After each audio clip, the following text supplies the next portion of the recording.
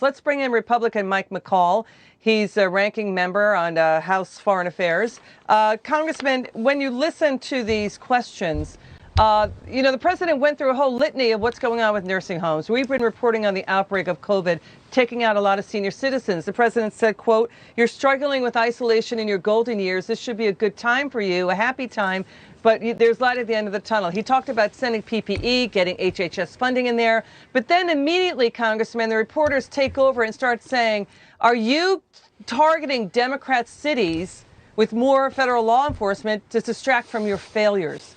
And the American people are not getting the information they need and understanding the subjects that are at issue right now in the 2020 election.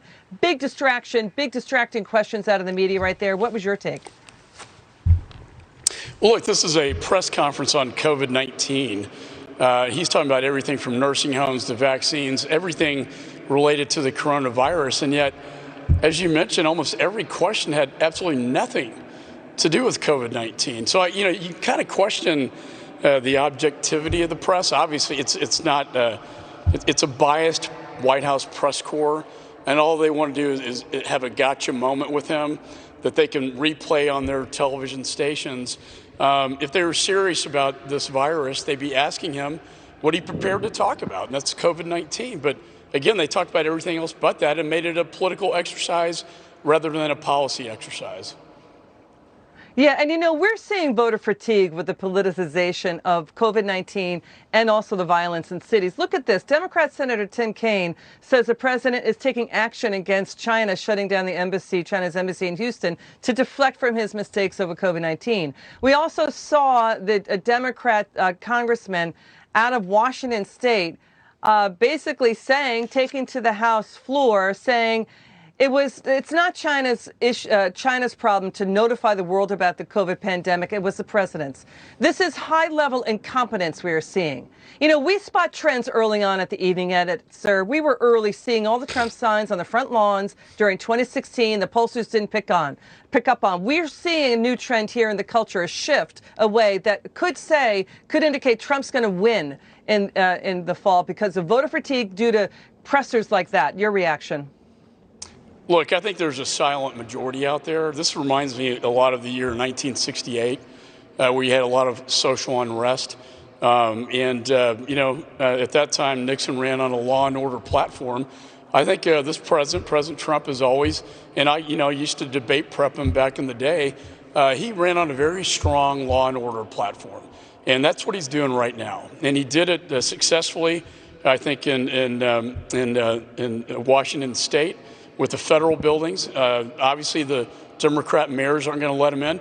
They would rather, see this country go down in COVID-19 if it means they could win the presidential election. That's how unbelievable and how politicized they've made this issue, and including China. I chair the China task force. That was supposed to be a bipartisan task force. At the last minute, Nancy Pelosi decided to pull out of this thing because it was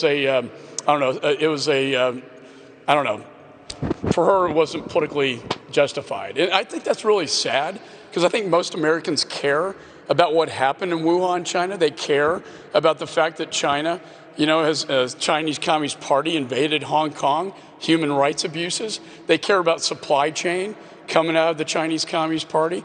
These are real issues, foreign policy issues that we should be addressing, yet they would rather just make it all about him, about President Trump, and not lay the blame on where it needs to go, and that is the Chinese Communist Party that started the whole thing in the first place.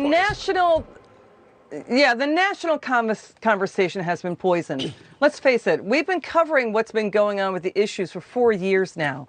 We were early citing the problems with the Mueller investigation. 3 years ago, we started looking at the problems in the General Flynn case, and now we're trend spotting this. Are the Democrats missing this? Are the media missing this? Look at the peace rally with minorities marching across the Brooklyn Bridge saying, "Stop the violence. We need cops in our communities."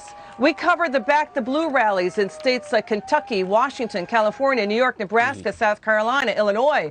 Voters are standing up, sir. They're fed up They're angry. They're scared. They want police to defend themselves against violent criminals. Are Democrats missing this by politicizing everything, as you just saw in that White House presser, to go after President Trump? When voters don't want crime, they want to feel safe, and the Democrats missing that. Of course they are. When AOC convinces de Blasio to cut the New York Police Department by how many millions of dollars, making New York, it's going to go back to before Giuliani now, and be one of the most dangerous cities in the United States. And I have a great affection for the New York Police Department, as I do for most police departments, in fact, all of them. I don't really understand this unwarranted attack on law enforcement. I don't think it's going to sell in November. I do think they're making a mistake. And I also think they're making a mistake when we're not focusing on the espionage taking place by the Chinese Communist Party right now. What we saw in Houston with the closing of the consulate was done for a reason, because they're stealing and trying to steal our medical research on the vaccine itself. Imagine this, Liz.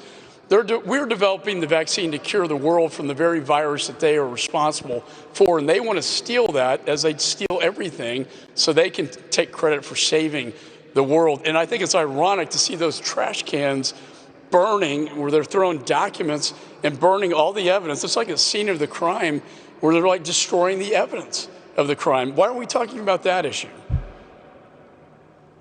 Yeah, Congressman, it's great to see you. Come back soon. It was good to cover the presser with you. Congressman Mike McCaul there. Come back soon. Okay.